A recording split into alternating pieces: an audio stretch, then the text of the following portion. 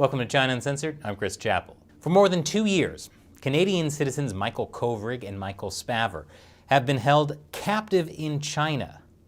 What were they guilty of? Being Canadian. No, it was actually for being Canadian. The Chinese Communist Party had them arrested in retaliation for the Canadian government arresting Huawei's CFO Meng Wanzhou. She was accused of actual crimes, fraud relating to violating U.S. sanctions on Iran. And she was arrested in Canada in 2018 at the request of the U.S. But China detained the two Canadian Michaels to pressure the Canadian government into releasing Meng instead of extraditing her to the U.S. Because in China, the courts are controlled by the state. In a country with rule of law, the courts are not. So you can see why the Chinese regime is a little confused. So detaining the two Michaels hasn't worked so far, which means it's time for the Communist Party to up the ante. This week, Michael Spavor was sentenced to 11 years in prison on spying charges. No update on Michael Kovrig as of yet. But Chinese courts have also rejected a death penalty appeal for another Canadian, Robert Schellenberg. Back in 2018, Schellenberg had originally been sentenced to 15 years in prison for drug smuggling. Then, a month later, he was retried and given the death penalty instead. What changed in that month? Meng Wanzhou was arrested in Canada. Speaking of Meng, her extradition trial is going on right now and is in the last stage before a judge rules on her fate. So it's convenient timing for the Chinese regime to sentence these Canadians now.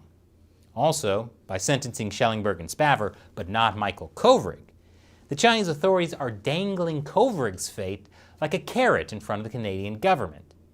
And the Chinese court even indicated that Spavor could be released early, too. Mr. Spavor may not have to serve out his full sentence. The court said that he would be deported, though it gave no details about the timing. Why does it feel like the timing has a lot to do with what happens with Meng Wanzhou? Of course, Canadians aren't very pleased about what the Chinese regime is doing to their people, and it's showing in different ways. According to a new poll, the majority of Canadians support some kind of boycott of the Beijing Olympics next year. And politicians are speaking up too. Prime Minister Justin Trudeau condemned the sentencing of Michael Spavor.